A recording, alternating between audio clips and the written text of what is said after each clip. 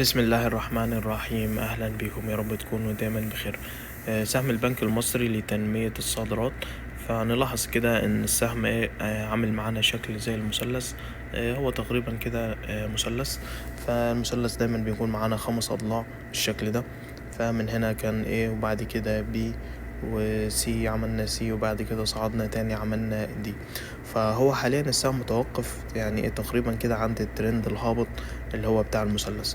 فممكن السهم يبدأ يعني يعمل تراجعات من الأسعار الحالية، أو ممكن كمان يطلع كده يعمل لك قمة تانية صغيرة، وبعد كده ممكن يعمل تراجعات تاني للأماكن دي. طبعا هو مش شرط يروح ينزل لك تاني عند الحد السفلي للمثلث، لا. المثلث بيبقى بالشكل ده، وممكن ينزل يعني لحد نص الصعود ده مثلا بس. تمام.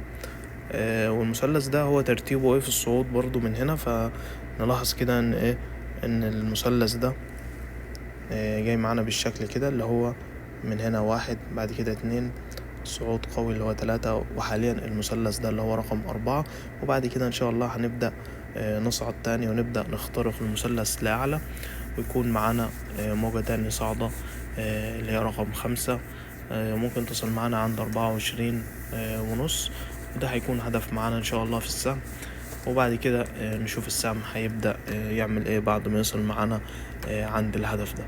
فانا اعتقد كده والله اعلم ان السهم لسه عندي صعود تاني، وممكن يوصل معانا عند 24 ونص. طبعا السهم يعني طول ما احنا محافظين على 16.80، فالسيناريو ده هيمشي معانا اللي هو مثلث.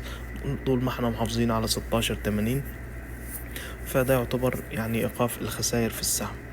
اي هبوط تحت 16.80 فكده هيلغي معانا سيناريو المثلث. مش معنى انه يلغي سيناريو المثلث ان مش هيبقى فيه صعود تاني، لا. بس الفكرة ان هو هيبقى خلاص سيناريو تاني معانا غير اللي هو المثلث. فايقاف خسائر في السهم ده عند 16.80. فالمتوقع ان شاء الله في الاسبوع اللي جاي يعني لو في يعني ارباح او في هبوط شوية، فممكن نشوف تراجعات في السهم من الاماكن دي بالشكل ده كده.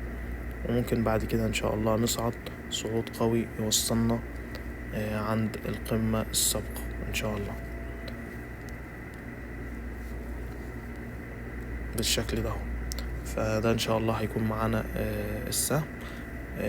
لسه ان شاء الله عندنا صعود تاني بإذن الله.